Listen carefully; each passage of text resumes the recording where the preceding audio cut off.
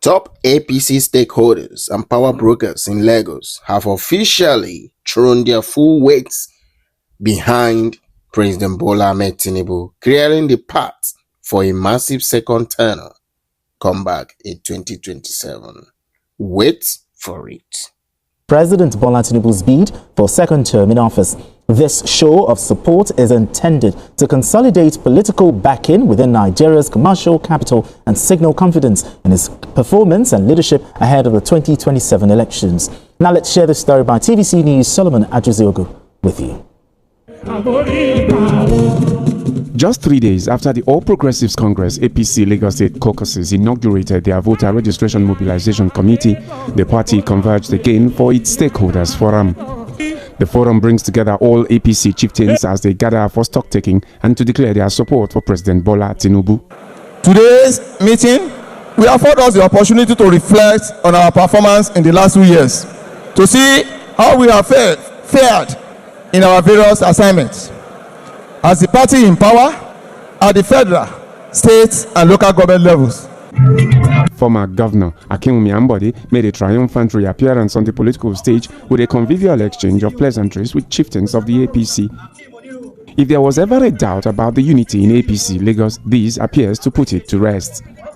We are striving to make our party to be the first choice for voters in Nigeria.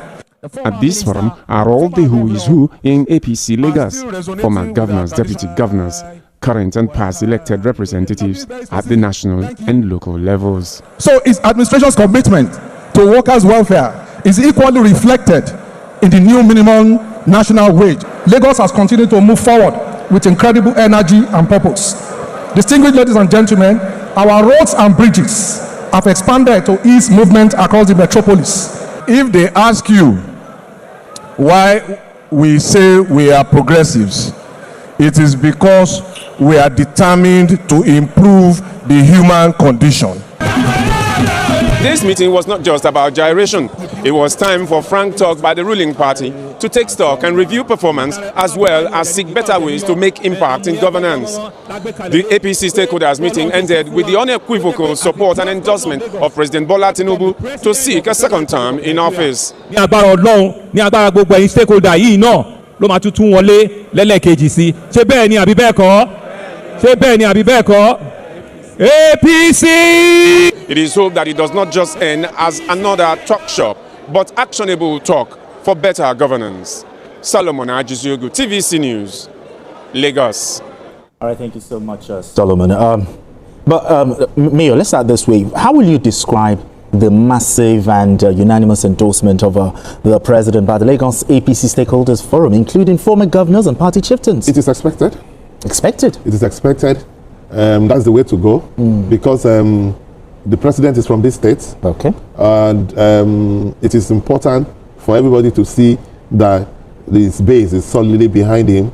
And I'm impressed that the APC as a party has been able to put themselves together for so long. They've been since 1999, they've been the dominant ruling party in the state. And the cohesion and unity in the party is something that is heartwarming. When you see, when you have an event like that and all the past governors were present, except Ashwaju or those who were late, and when you see somebody like Ambode who had issues that is back in the fold now, and Alanda is likely to play a major role in certain positions in future. And then when you will know that the APC in the state is on firm ground, and the leadership of the governor, Babajide Sanwo-Olu, is very effective. Moving forward, it is important for them to have done what they did because other stakeholders from other states have been doing this, endorsing the president for second term from different parts of the country. So people will expect. I was thinking Lagos was going to take the lead. Yes, but others have been doing that before Lagos joined the bandwagon now. So that's why I said it is expected because other zones will expect to see this kind of unity and support for the president from his base. Absolutely. So let's talk about the party unity now. I mean, what does the show of support and endorsement, signify about the party unity with all the stakeholders, especially with former Governor Akinwumi Ambode making a beautiful entry, at the event? Well, we have to know that politics is about interest, and politics is also a game of numbers. A good political party will always attract both those people who have left and those people are on the fringes, and those people are inside, because you need an average person to push forward. So that this is happening in Lagos State is not surprising. Ambode is probably the only person who could not get a second term through a lot of schemings within the party, on his own part and on the part of the party. But that he's back now, it means that they are trying to build the house. But naturally, like he said, it is not unexpected that Lagos State will come around. They say begins at home. And look at they did something that was so significant. They put a price tag. That is, if the leading local government is able to record the highest number of voters in the continuous voters registration, 20 million for local government. For the best local government. For the best local government, 20 million. For the best ward, 5 million, and for the best polling unit, 1 million. This is where they actually wanted people to come out and register and get their card. Mark you, Lagos State has about 22 million people. At least out of those 22 million, 10 million are qualified registered voters. Yes, the onus is now on them to make sure that if they are able to record such a number, they now transmit it to people coming out on election day. So they have just started from the grassroots. It's a game changer what they have done, because a world leader has no reason not to encourage these people to come out and get their voters registration, because elections are won during voters registration, and won and lost. Don't forget about the election day. If you don't have voters card, you make mouth, you don't get people at the grassroots, you just waste your time, because it is the grassroots that will determine. It is those people who come out. If people are supporting you, are coming to rally ground, and they have no voters card, are they going to transfer their support for you into vote? So the most important thing is vote. And I think Lagos State, we are not likely to experience what we had in 2023 from the way they have. All right, let's also look at some of the things said at the event, because former Governor Fashola at the event, he raised an issue, when he said that he asked the question that where are our traditional voters? He talked about, he made reference to when he won the election, he said he won it with 1.7 million votes. Yes. But in 2023, it reduced. Do you think the federal ambition actually affected APC? No, not really. In Lagos, no, because negatively. To people, the circumstances in 2023 was quite different. Certain things that happened in 2023 that affected the votes, especially in the presidential system of government. We had problem of SARS, NSAS. Okay. NSAS, the people behind the movement were basically young people. So because of the NSAS problem, a lot of young voters do not want to go with the traditional APC thing. And don't forget the propaganda that was thrown around, especially by IPOB at those times, was that TINUBU was roped into that NSAS problem. If you notice that there are some businesses that were specifically owned by him, that were targeted and all that. So he was roped in part of that. So the feelings, the NSAS thing affected that vote. And then you have to look at the issue of obedience.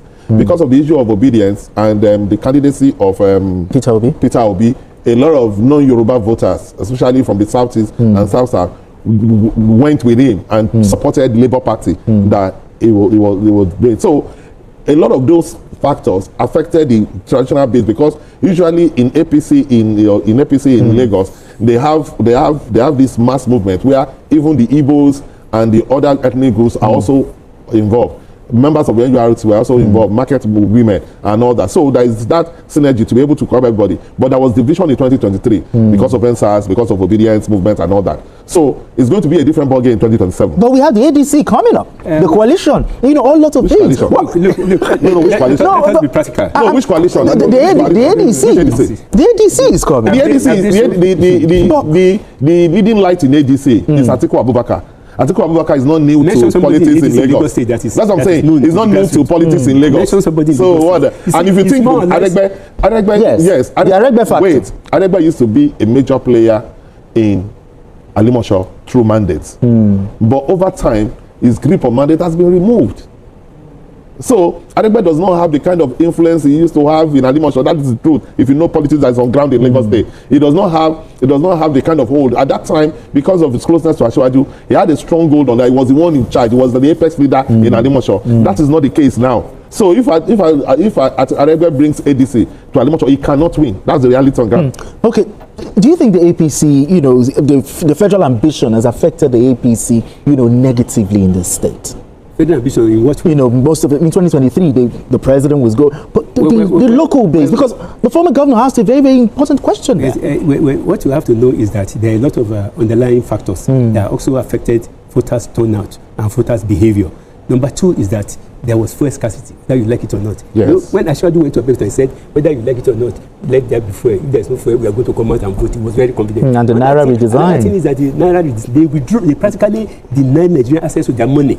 Because so people who are naturally hungry with the party, voters to come out and vote, they keep on asking questions that why should the ruling party be fighting against itself? Why should the ruling party introduce money, a scheme to change money currency in an election year, 2 months to the election, and this governor of central bank appears to be the president of Nigeria? So that thing is, those are the underlying currents that actually prevented people who are natural voters from coming out to vote. They were not encouraged by that thing, and anyway, they have no confidence in the system again, because after some time you have been following somebody, and yet there's a change. As for Aregbesola, I doubt it whether he can even command the support he has in Osun, talk less of in Alimosho local government that used to be his base.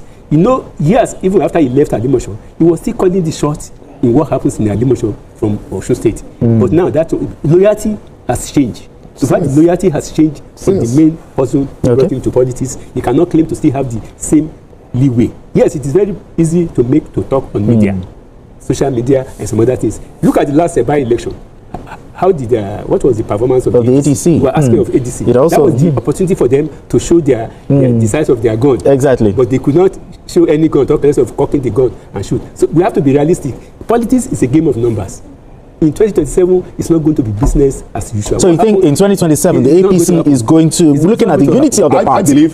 I believe that in 2027 we have to concede that because of the difficult situations economically, people are not everybody is happy with this government. Yes. We have to acknowledge that. We have to acknowledge that. Okay. But you see, the problem is that their anger against this government can be softened in the next 2 years. Things could change. Things could get better. That people will say that, oh, this government has performed. That is one. Two, the situation, the anger against the government cannot be as much as it was in 2023. In 2023, the cabal created an environment to make things difficult for Ashwaju.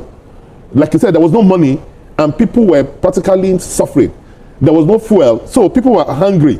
But if you notice that when even in the same election that will be won in 2023, the members of the National Assembly, Labour did not win those positions.